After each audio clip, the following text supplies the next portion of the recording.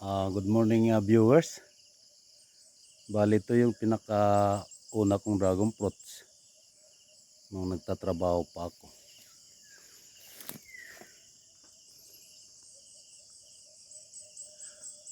Madamo lang. Hindi ko siya makaya na. Bago lang ang natumba siya. Pero inano ko siya, tinayo.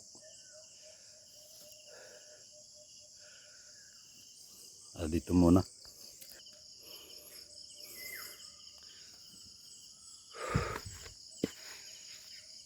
Bali ito yung aking mga tanim na nung pag-stop ko ng trabaho.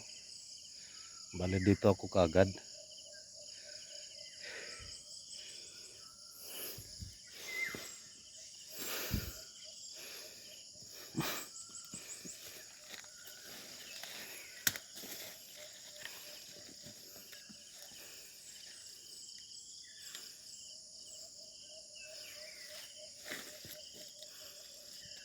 Bali nag-pruning ako. Inano ko yung mga sanga-sanga.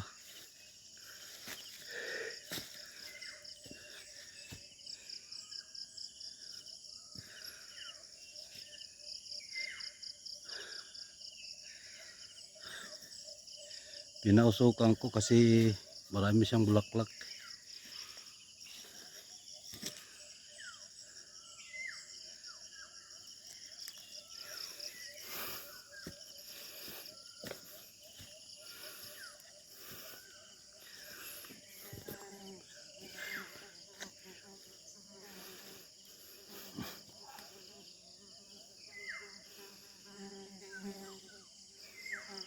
Pinausukan ko siya.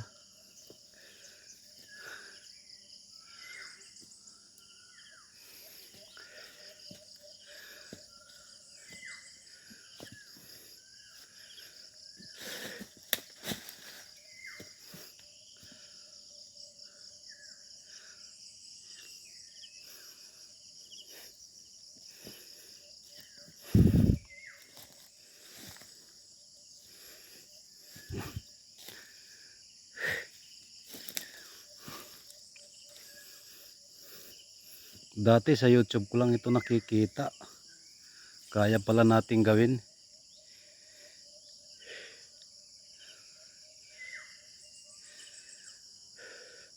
Bali yung natumba, itinatayo ko lang siya.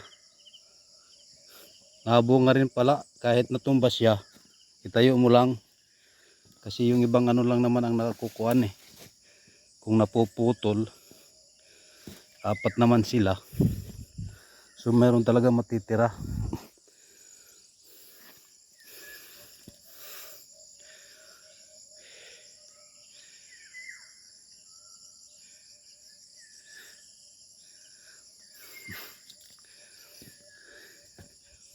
Ito natumba ito eh. Pero huwag lang tayo mawawala ng pag-asa. Tinayo ko lang siya may bulaklak.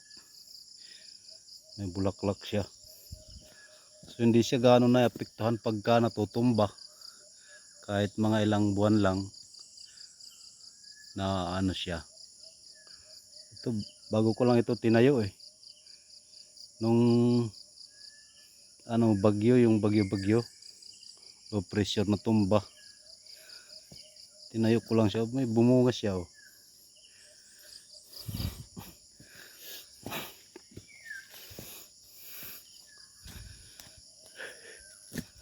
Nakakatuwa naman.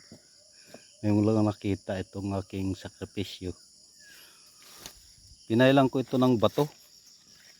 At saka hinakutan ko ito ng lupa sa puno.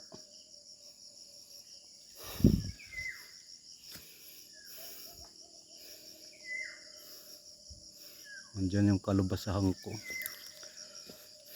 Hindi na may hama. Hindi rin na may mapuno yung lupa.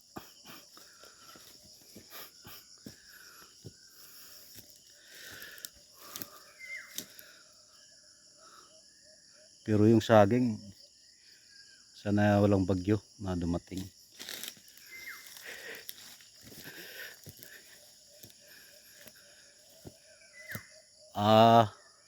dinamuhan ko muna siya, kinaingin, tapos tinaniman ko ng saging bago sunugin. Maganda ang resulta ng saging. Bali nag-pruning ako. Salamat sa ating mga viewers. Sana mag-subscribe kayo ng Summer Boy Channel. Bali ito na extension ng Iraya. Kasi hindi na ako makapunta doon at sumasakit yung tuhod ko. Bali dito na ako muna samtang sumasakit yung tuhod ko. Thank you for watching Summer Boy Channel at saka Iraya Canusod Association.